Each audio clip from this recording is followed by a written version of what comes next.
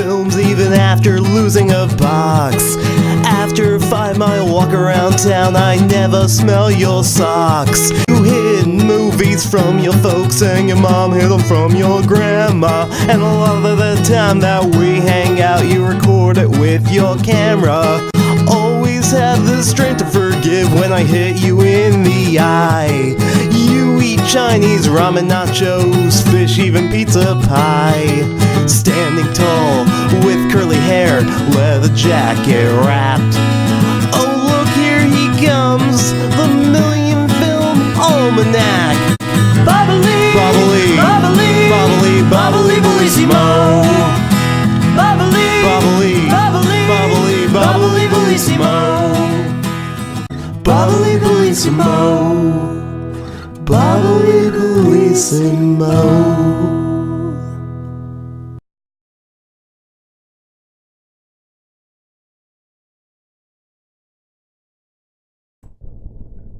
And welcome to part 6 of my superhero film rankings list. For those of you just joining us, this is a massive 188 countdown list from the worst superhero films I've seen. We're counting down to the best. This is part 6 of that countdown. And in the time that I started making the list and recording all these, several superhero films have been released, such as Wonder Woman and Justice League, and Thor Ragnarok, and Spider-Man Homecoming. Those aren't on the list. I did not go back and update the list whatsoever when all these movies have come out. So, if I'm missing a particular movie that you love or hate, that you thought should be on the list, here, there, wherever, it's either because I haven't seen it, or it's new enough to have not made the initial cut. Once all this is done, once all the pieces of this are released, there will probably be at least 8 parts, maybe more. I will go back and make a sort of update video discussing newer films and where they would land on the list and at what number. So for those of you just joining, please keep that in mind. For everybody else that's waiting, here we go, part 6 of the superhero film rankings list.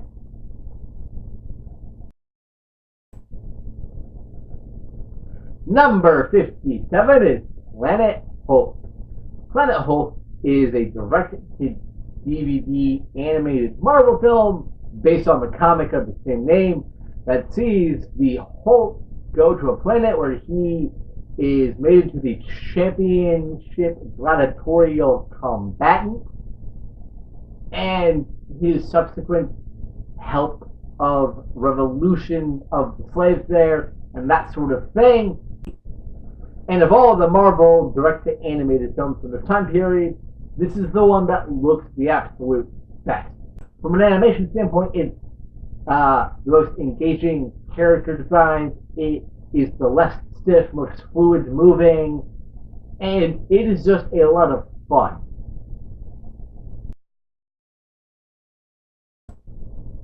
Number 56 is Dr. Mordred. Dr. Mordred is Charles Band's version of Doctor Strange, and I mean that quite literally. He either had a deal already struck and the right to Doctor Strange version back to Marvel, or the plan to purchase the rights fell through for some reason. I don't quite remember which one, but Charles Band basically already commissioned a script when he knew he would be getting the Doctor Strange right, and wound up not getting this right. So he retitled the character, renamed some of the other characters, and here we are with Dr. Mordred. It stars Jeffrey Combs in a very Jeffrey Combs-esque performance as the titular put-upon sorcerer who has to battle an evil mystical entity to stop that entity from taking over the world. That sounds familiar, right? Yes, Charles Band specializes in low-budget genre fare. Yes, there are certain elements in this movie that look a little bit cheap. One of the portals opens up to what looks like a sewer next to a castle. But most of this film actually looks really, really cool. The creature designs are awesome. The special effects used for the casting of the magic and things like that are really good given budget, year it was made, things like that. And a lot of attention was put into the production design to make everything look like real life, but slightly off somehow. It's a bit hard to describe. Dr. Mordred's apartment is a massive New York City suite, and it's basically just wall-to-wall library of books on spells and other dimensions and the black arts and the arcane arts and all that stuff, right? But they do some really clever things within the production design to make it feel like it actually goes on forever and is endless, even though it's contained within a physical building in our world. That's really clever and fun to watch.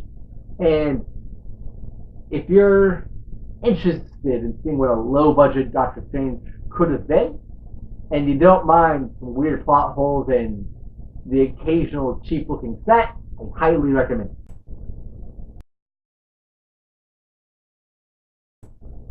Number 55 is Justice League: Gods and Monsters. This direct-to-DVD animated DC film deals with an alternate dimension in which there are still Batman and Superman and things like that, but they're slightly different than how we know. Their values, the way they were brought up, what they believe in, what they're fighting for, are a little bit different. And it's really engaging. It's really, really well written.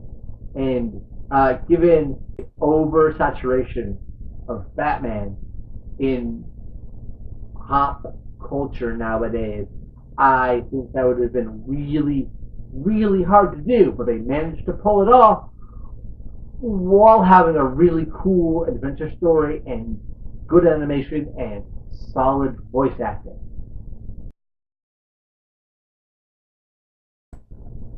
Number 54 is Batman and Mr. Freeze Sub-Zero. This is the kind of Batman story I love. This is the kind of Batman story that most live-action Batman films do not deliver properly. And that is Batman being a detective who occasionally has to use more action, ninja-oriented skills in order to continue his detective work to thwart a villain who is very interesting.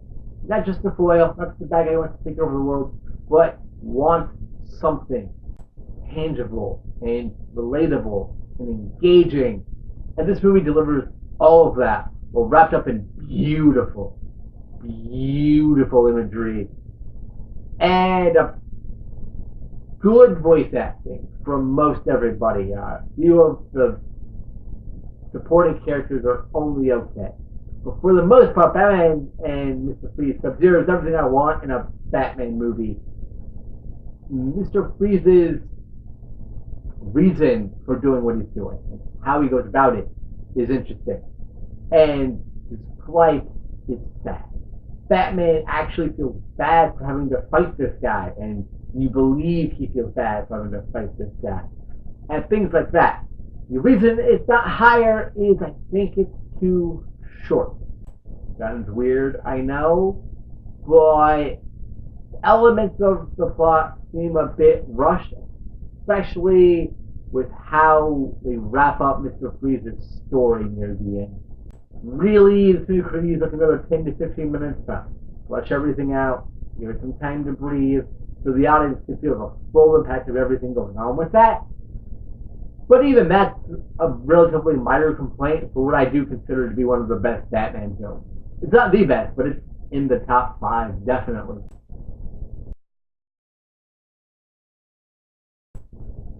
Number 53 is Painkiller Jane.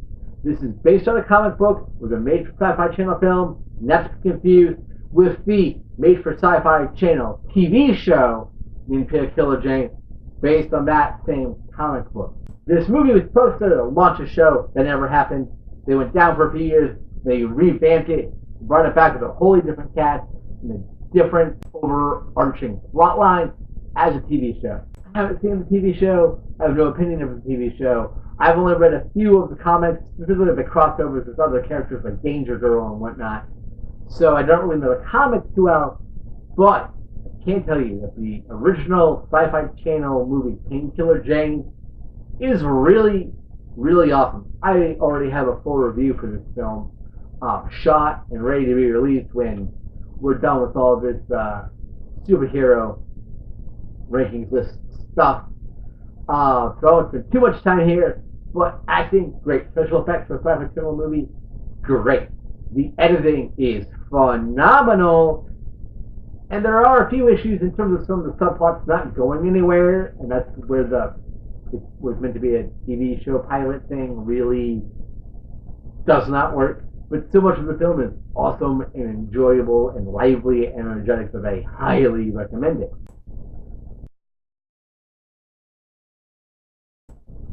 Number 52 is the live-action Devilman. Devilman is a long-running anime series that actually recently saw a weird sort of mini-series reboot on Netflix earlier this year, I believe it was, and is kind of insane to boot. The main character turns into a Devilman. Like, it's just what it sounds like. He fights other evil creatures, and it's these. And I didn't know what to expect in the film going in, and it's delivered where it counts. The special effects and the makeup are really cool. There's some interesting horror imagery going on, and beyond anything else, you really feel for the character. It's tonally not 100% all there. There is some weird forced humor at times, and there are definitely elements that are meant to be much more for the hardcore fans than the casual viewer, as they're not properly explained. But you do get really interesting imagery, a really weird sort of horror-based superhero kind of sort of, and some really kick-ass action scenes. Which, what more do you need?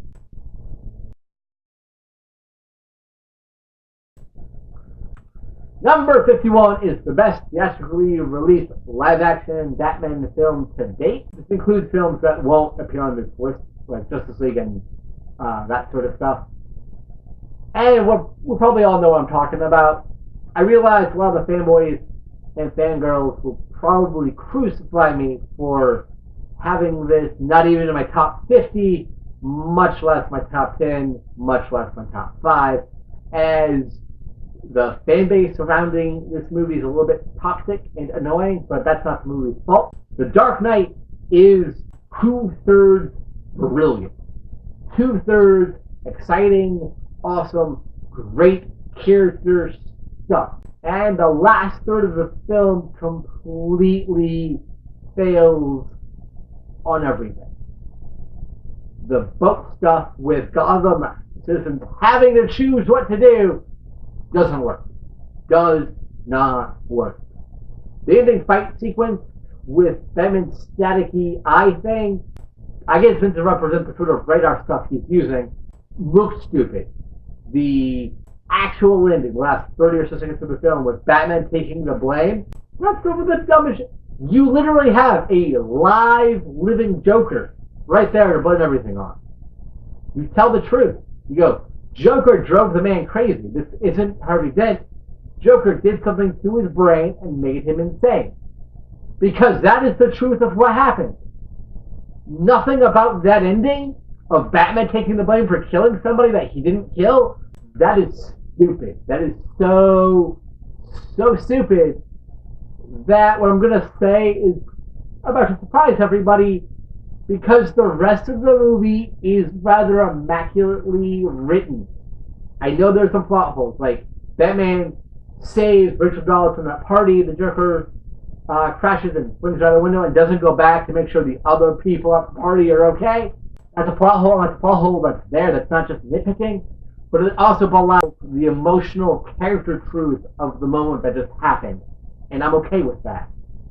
There is some weird continuity editing in the action sequence, the chase sequence, in which Harvey Dent is in the armored car and Batman is chasing them, the Joker's goons. That sequence is shot all the shit. Well, edited all the shit, and it's very off. But Bruce Wayne and his arc with Rachel Dawes and him believing that she was going to leave Harvey Dent for her until her death, and Alfred and Bruce Wayne's interaction in this film, and the way they talk about what he's doing, and the way what he's doing has affected other citizens in Gotham to dress up like him and try to do the same thing, are all fantastic ideas that are well played out and engaging and thought-provoking for, again, most of this movie's 2.5-ish hour runtime, 2:15, however long the film is. I know it's over 2 hours. I'm not quite sure how long beyond that though. So all that stuff is awesome. And one of the reasons all that stuff is awesome is casting. Well, I do think that in terms of the writing, the transition from Harvey Dent to Two-Face is badly done. I think Aaron Eckhart is remarkable as both Harvey Dent and Two-Face. He does that very well. His voice, the way he walks, the way he looks at things afterwards, it's fantastic. Rachel Dawes is now played by Maggie Gyllenhaal, who's replacing Katie Holmes from McGinn, and she's infinitely better. Katie Holmes is a perfectly great actress on her own. She's something like Miss Meadows, for an example of that. But she was terribly miscast in Batman Begins. She's noticeably 10 years younger than Christian Bale, and they should be roughly the same age. And she has no chemistry with him. It fails. Maggie Gyllenhaal, on the other hand, has great chemistry with everybody in the cast and brings an exuberant, feisty life and vibrant fire to the character that Katie Holmes was unable to do so. And you feel it when this character dies now. When this character dies, it hits home. Christian Bale is still the best, both Bruce Wayne and Batman. He's not the best individual Bruce Wayne or individual Batman. He's the best at playing both, though. And that shows here.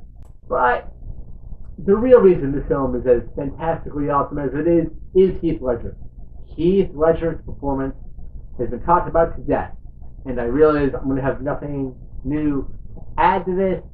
The magic trick sequence, wherein the Joker talking to the heads of various gangs and such in Gotham, and asks one of them wants to do magic trick, and bashes the dude's head into a pencil, and goes like he may disappear into the guy's skull. And saying it out loud, that sequence sounds really stupid, actually.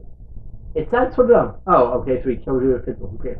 The way it's played out, though, you almost seem like, given how it's acted and whatnot, it almost seems like the Joker thing kind of is a magic trick. He buys into it, if that makes sense.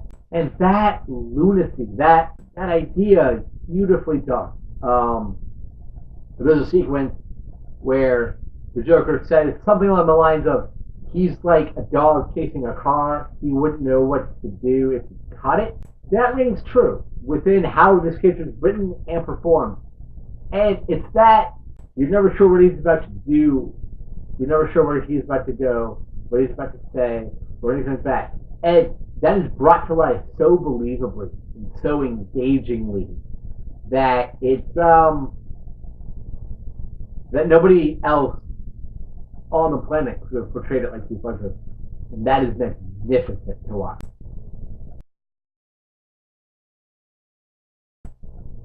Number 50 is The Crow Salvation. This is the third of the 4 Crow films. And it's the second best one behind just the original. The Crow Salvation has an amazing performance by Eric Maiden as the Crow. It has a really sympathetic performance from Kirsten Dunst, and has a much more original plot than City of Angels, which was a bad retread of the original Crow, and is far less goofy than Wicked Prayer. It's a really fun take. The most interesting part of the film is that Eric Maiden plays the Crow really comedically. He plays the Crow as a quip machine. Brandon Lee put it very seriously. Very, I'm dead. You killed me. Let me make you know how that feels. Which worked given the style of that film. Here, though, he plays it much more of a sort of die-hard Bruce Willis type quip type deal. And then makes it really, really refreshing and really, really fun, even if the film's low budget prevents it from reaching the same dizzying visual height as Alex Player's the original Crow film. But that's not to say the low budget actually hinders it. In terms of the budget, the movie looks fine. It's got solid production design, good art design, awesome makeup and costumes, good action scenes, but it's the writing that really makes this particular one special because they do allow the character to be funny, which allows the actor to bring more life and energy than we've previously seen to the role. They do allow for a more original take on why he came back, what he has to accomplish, and stuff like that. So, if you love The Crow, but have only seen City of Angels and swore off the other Crow sequels, give Salvation a watch. It's really good, it just does have some budgetary issues.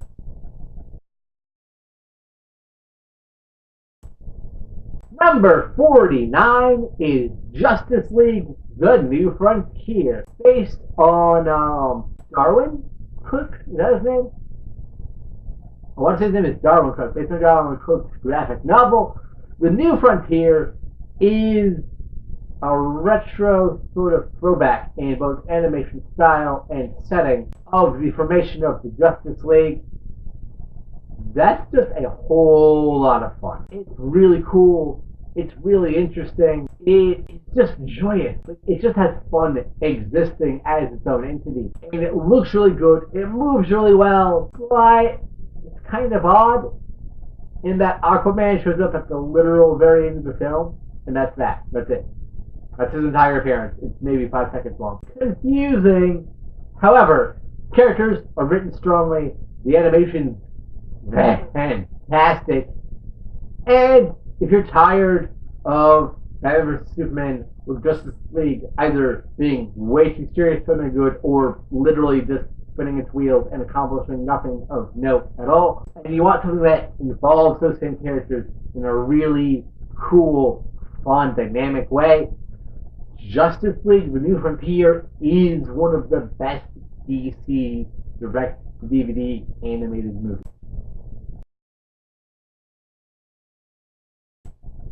Number 48 is Green Lantern: The First Flight, also a DC direct-to-DVD animated movie. First Flight is the origin of Hal Jordan that the live-action Green Lantern movie wished it could have fucking been. First Flight is great. It has really cool visuals, has amazing voice acting, strong characterization for Hal Jordan and kind of no one else.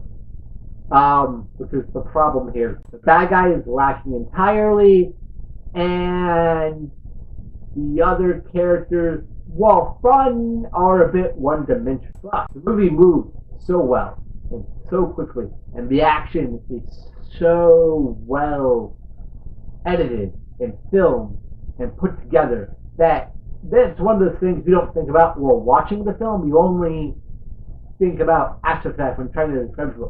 Well, this thing happened, and how did that, and how did that? He met that guy, and how did this? And then your friend would ask, well, what about that guy, the helmet? You're like, oh, I guess that person's only seen? Didn't really do anything else. Move on. That makes sense?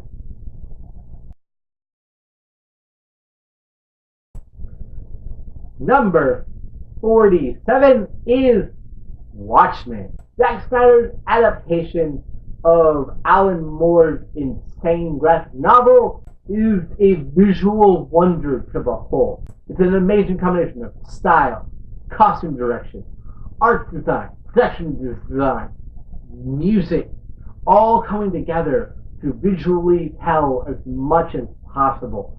This film doesn't really hinge off its script so much as the strong visuals.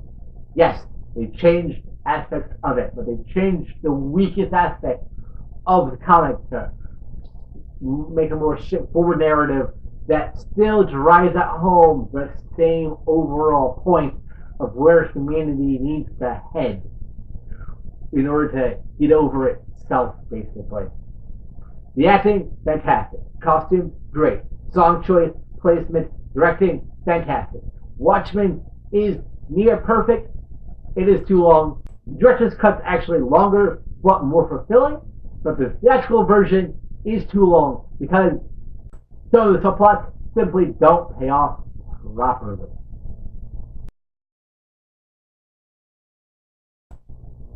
Number 46 is The Toxic Avengers, the first one. Lloyd Kaufman's criminal low-budget superhero film is hilarious. The over-the-top cartoonish acting really works. The makeup on Toxie actually is pretty good. And the action is exciting. Is it obviously low budget? Yes. Does everything about the film 100% work? No. Some of the side characters are not particularly well acted. And the score in this movie is only okay. Even some of the lesser Toxie sequels have a better score than this. But those issues are easily overcome by just the joy that the movie takes in simply existing. You watch the film and you can tell that they had fun making it. You can tell that people cared enough to really just try to bring everything together in a sort of tonal, ridiculous fashion that suits the low budget at hand.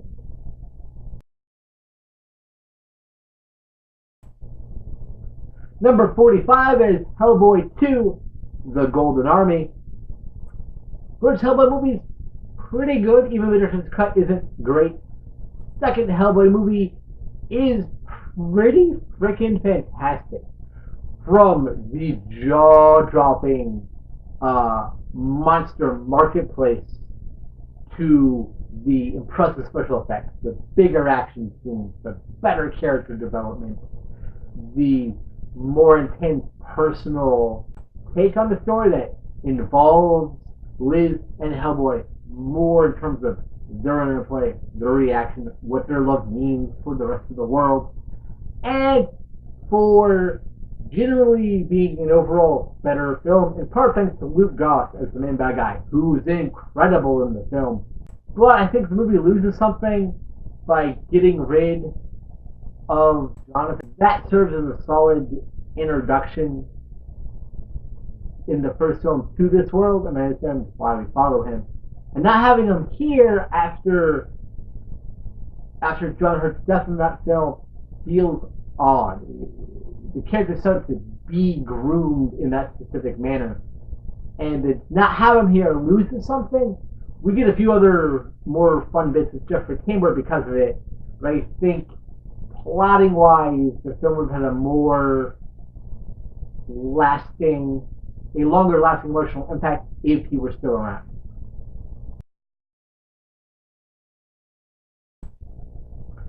Number 44 is Justice League Throne of Atlantis.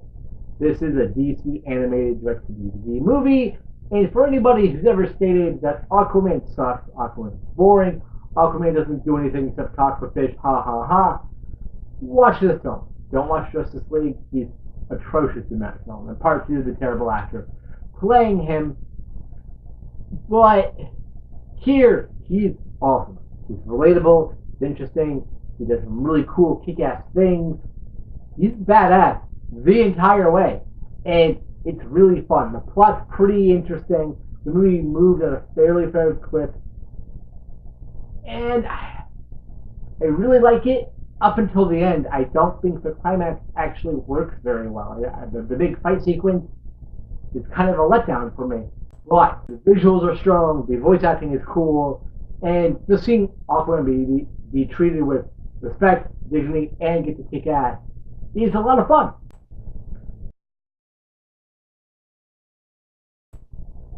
Number 43 is Superman 2. Superman 2 has a lot of awesome going for it. Terrence Stamp as Zod is great.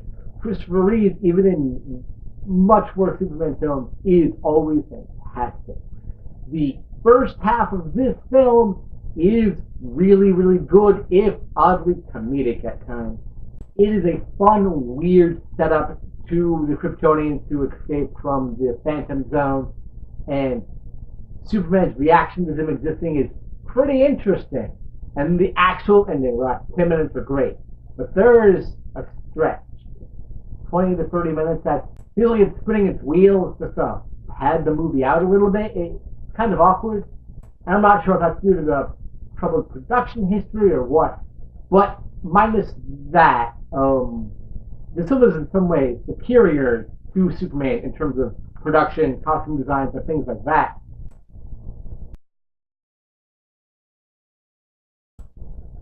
Number 42 is the first Blade film, directed by Stephen Norrington and starring Stephen Dorff, and of course Wesley Spencer's Blade.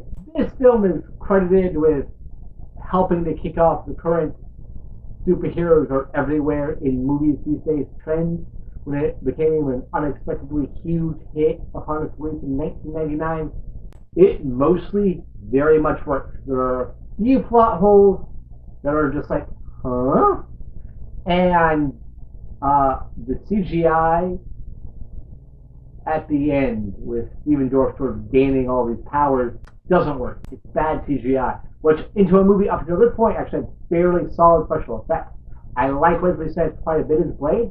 I like his interactions with various other people, especially Chris Christopherson as his sort of Q type character.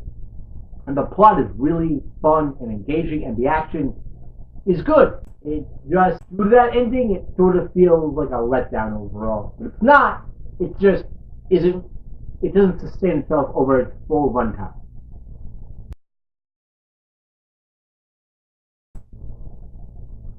Number 41 is All-Star Superman. This DC animated direct-to-DVD film is simply a solid watch. I have no flaws with it. Really, just that I've never had a strong desire to rewatch it. Some of the other movies on this list that might have been placed below it, like Blade or something, I have seen more often, but they are more technically and story structurally flawed than this film. But this film existed. It looked fine. It had fine voice acting. Things happened, and then it was over, and we all went home.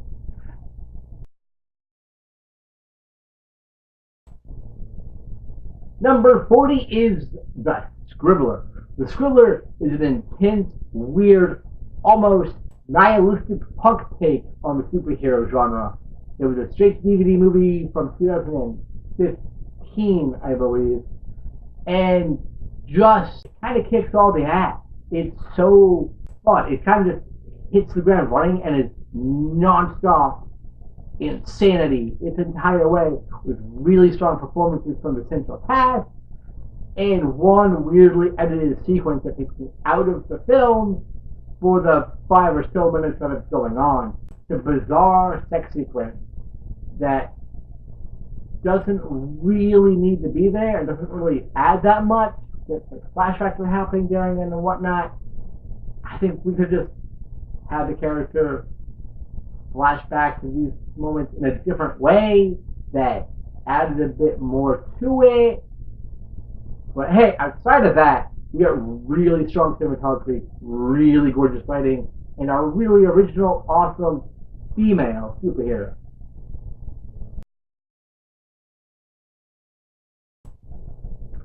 Number 39 is Thor. The first MCU Thor film is pretty good. It's a lot of fun. Asgard looks excellent. The costumes on Asgard are gorgeous to look at. Chris Hemsworth is really funny, enjoyable as Thor. Anthony Hopkins owns it as Odin, and of course, freaking Loki, played by Tom Hiddleston, steals the show. The sort of epic Shakespearean family tragedy thing playing out on Asgard made Kid Fun a really strong fit for that side of things. The fish out of water comedy stuff really works, until the end evolved into generic action fodder that Brana just doesn't quite have a handle on. Some of the later action scenes during the climax are poorly edited and kind of confusing, which is why the film's not higher on the list. But it's a strong setup and origin for the character.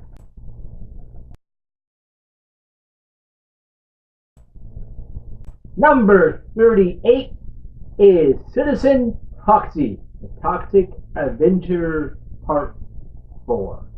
This is my favorite of all the Toxic Avenger films. I think this movie is great. It leans hard into a sort of social, political commentary that actually makes a lot of sense given the context of how the Toxic Avenger was created, what he's fighting, and things like that. And that actually makes it really, really feel much more important and urgent and timely than the other Toxic Avenger films, which are perfectly fine and fun.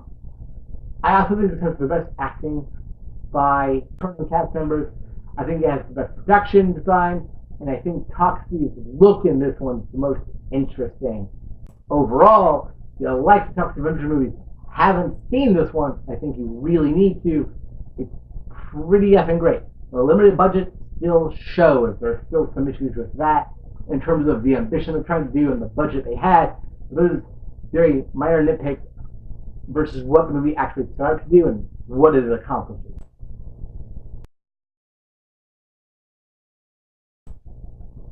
Number 37 is Super. Super was James Gunn, the writer and director of the Guardians of the Galaxy films, his first superhero film.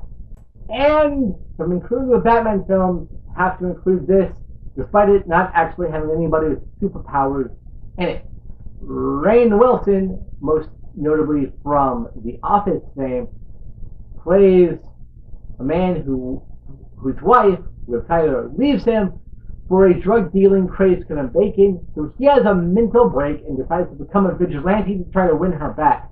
Upon his journey, he meets a highly dysfunctional, insane Ellen Page who's absolutely okay with murdering people.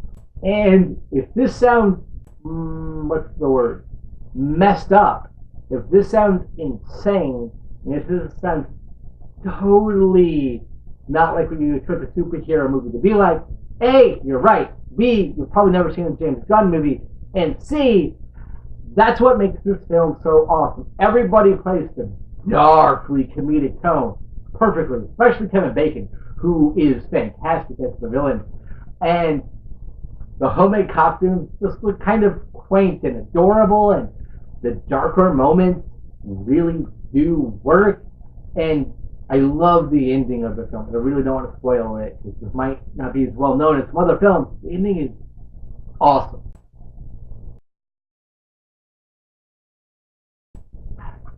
Number 36 is Punisher Warzone. There have been 3 feature-length Punisher films. One with Dolph Lundgren, generic 1980s forgettable action film. One with Thomas Jane and John Travolta. I like Thomas Jane in the film, but everything else about that film is a steaming pile of pure horseshit. Punisher Warzone leans heavily into a very comic booky vibe, to the point where a character is literally bazookaed out of the air as he's parkouring from one building onto the rooftop of another. If you have issues with that, you will not like this movie at all. You will not find enjoyability here. If you don't mind that, you think that kind of thing is okay, that sounded fun to you, that sounded kind of, it brought a smile to your face in how you described that, you will enjoy this movie. Lexi Alexander's Punisher movie is the Punisher movie I've been waiting for, not named Man on Fire, and that's because it rocks. Hardcore, awesome action scenes. There's no stupid convoluted plot lines that's slowly driving a man crazy and devaluing his life and his family. There's no weird drug deal going on that they're trying to get. There's no mob boss tie-ins. It's a crazy dude named Jigsaw who blames Frank Castle for turning him into a crazy dude, going after each other. Jigsaw has henchmen. As soon as that Punisher fights them. That's the movie. Ray Stevenson is awesome as Punisher. The cinematography is only okay though. As much as I liked most of the film, the scenes look competent, that are well lit, but there's nothing special about any single shot in the film. And that's the hardest thing about the film for me to reconcile about my enjoyment of the movie, because it looks very humdrum.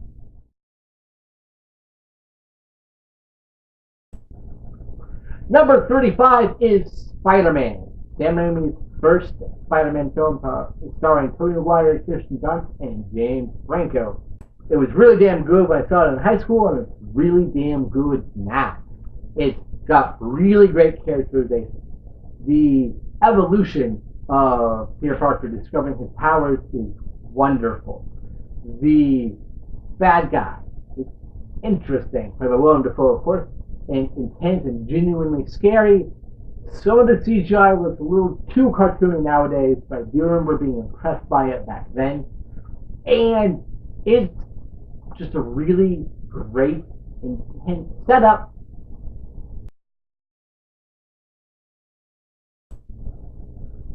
Number 34 is All Superheroes Must Die, also known as the movie Versus.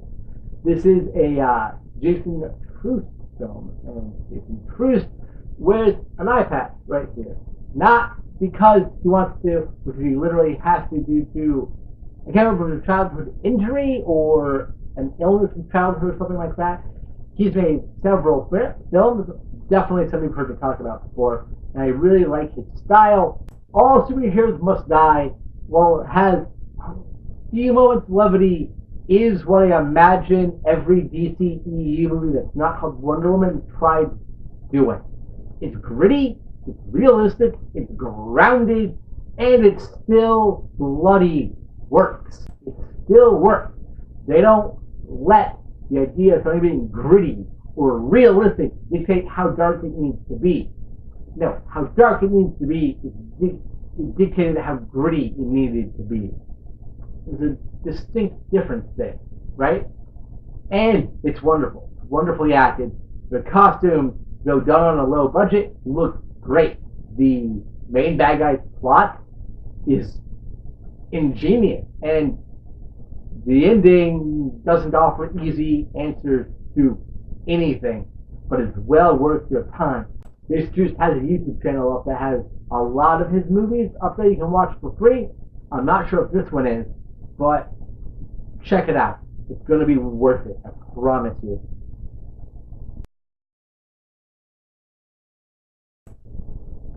Number 33 is Next Avengers, Heroes of Tomorrow, and this is my favorite of the feature-length animated Marvel direct-to-video film.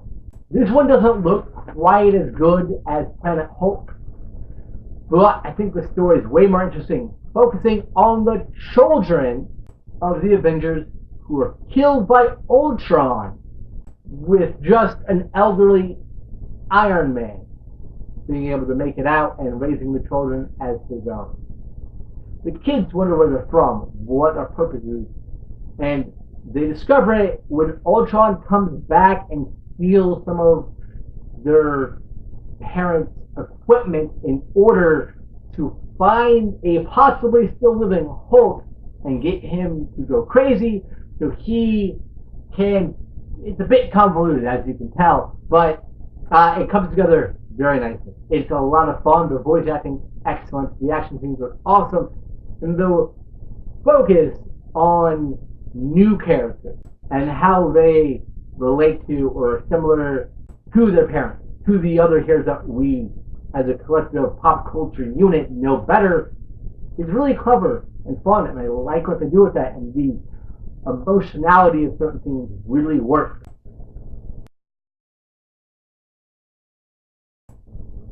Number 32 is Avengers, Age of Ultron.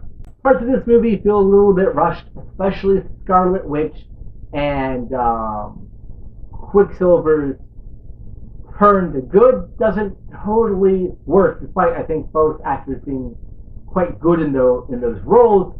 And Andy Serkis's small role as like a big game hunter or whatever he was, some sort of black market dealer dude, feels a bit forced in the movie, as does the Thor Ragnarok vision, which is unnecessary entirely. But Ultron is a really cool bad guy, voiced spectacularly by James Spader. The one-liners are still really funny and awesome. They take the characters to really different, interesting, new places, while still being true to who they are and what they've already learned in either their solo films or in the Avengers proper. And it's just a lot of fun.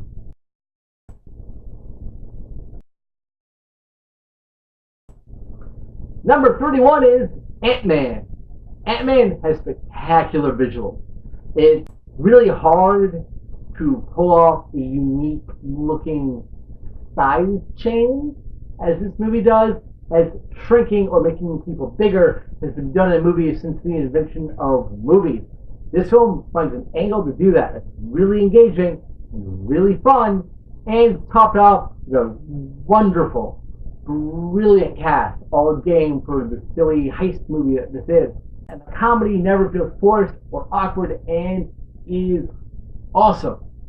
The bad guy's a bit boring. His plot was to use the Ant-Man formula to make soldiers, I think. Corey Schultz's fine as the villain, but he had not a lot to do.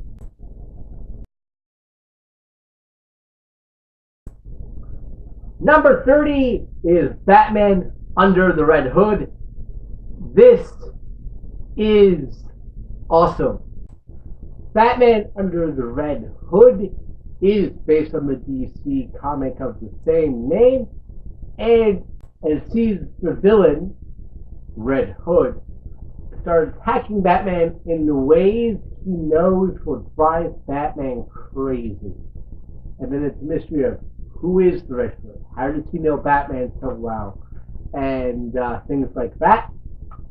And once again, we have a more detective-oriented Batman story, which, as you can tell, is something I gravitate much more so than Batman fights a lot of people a lot of time.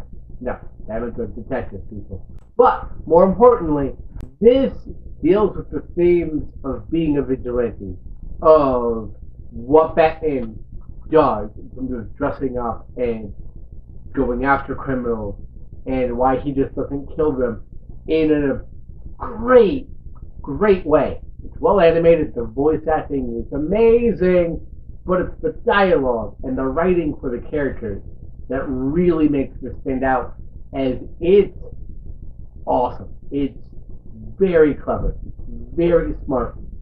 Everybody gets a moment to shine, everybody has good reason for doing what they're doing, and it's wrapped up in what I think is the best of all these DC direct-to-animated films that came out within the same time period and are actually still coming out.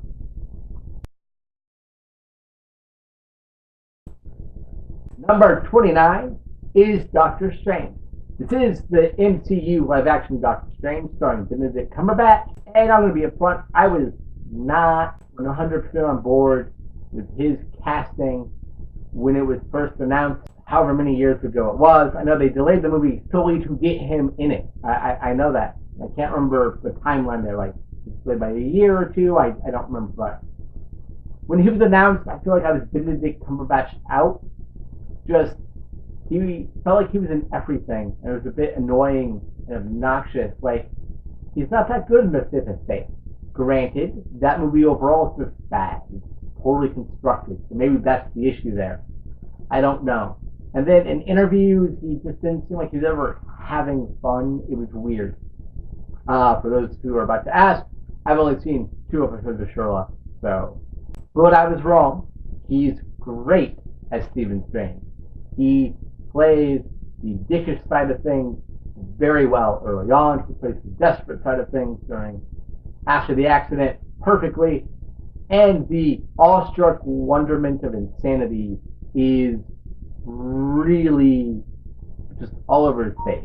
It's awesome. More importantly, this is the most visually innovative, engaging, interesting, and just jaw-dropping MCU film from a visual standpoint that has been made to date, including films released in the MCU after I made this list, which would be like Guardians of the Galaxy 2, Thor Ragnarok, Spider-Man Homecoming, etc., etc. It's joyous to see this. Just for me, like, put it on mute and just look at it, and it's beautiful. It's also one of 3 films that needed to be experienced in 3D in a theater, as the 3D actually enhances the visuals, character, and story. Specifically when they're doing all their spellcasting stuff, they do some really cool perspective shots of where the spell is versus where the person casting it is and stuff. It's really great. But the movie's secret weapon, what makes it such an amazing origin story, is it doesn't finish its story off. Yes, Stephen Strange has an arc. He's a douche, terrible accent. He learned something, and he's no longer a douche, and he's literally willing to sacrifice his time and life over and over again to save the planet. It has really cool villains who want something really different and unique, especially when people keep saying MCU is a villain problem. It doesn't, for the most part, but that's a different story. And that's really, really cool. But here's the thing. Stephen Strange's goal that he sets up within the film is to get the use of his hands back. He wants to be able to use them like he previously could in order to do surgery and save lives like he was before he had his accident. And at the end of the movie, he doesn't. He saves the world. He can cast magic. He knows things he had no comprehension of before. But his hands are actually not there yet. At all. They are not 100%. And I think not finishing them at all can take the sequel into a really cool direction in a really interesting way, and I'm really excited for it.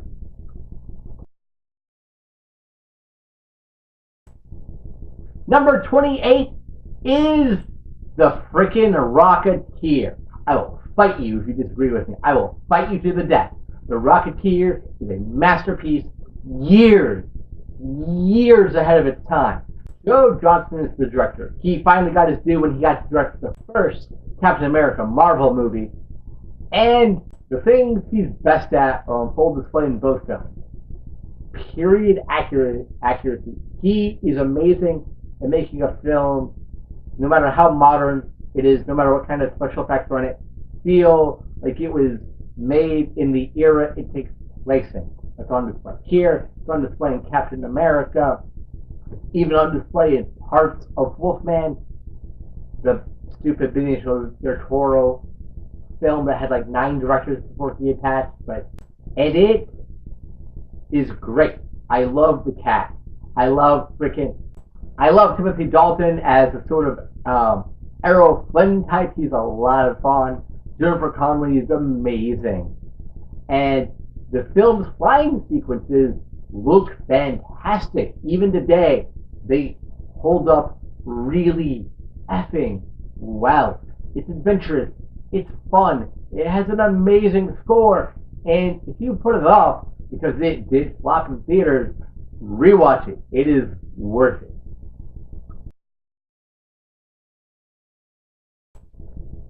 Number 27 is Guardians of the Galaxy.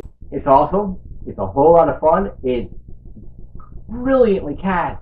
I'm not a huge Zoe Saldana fan. I think she can be a bit obnoxious, like in that movie The Losers, which I hated.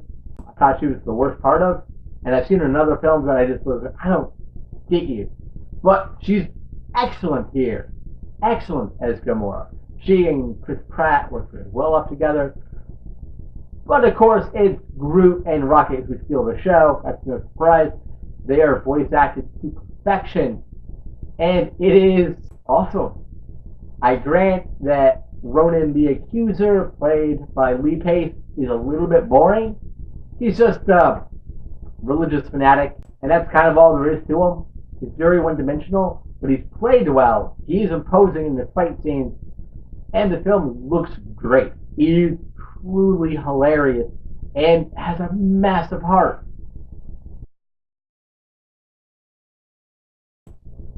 Number 26 is Constantine, the Keanu Reeves starring film based on John Constantine, Hellblazer comic. This film is fantastic. It looks great, it moves well, deals with very interesting ideas of religion, really cool vision of hell, and is one of Keanu Reeves' best performances. And he felt it all perfectly. He's remarkable in it. It's so much fun to watch. It's hard to discuss without spoiling everything, but visually, it's awesome. Story-wise, intense, with great characterization, has some really cool horror moments, some really awesome action scenes. It's got everything you want in a Constantine movie. And that's it.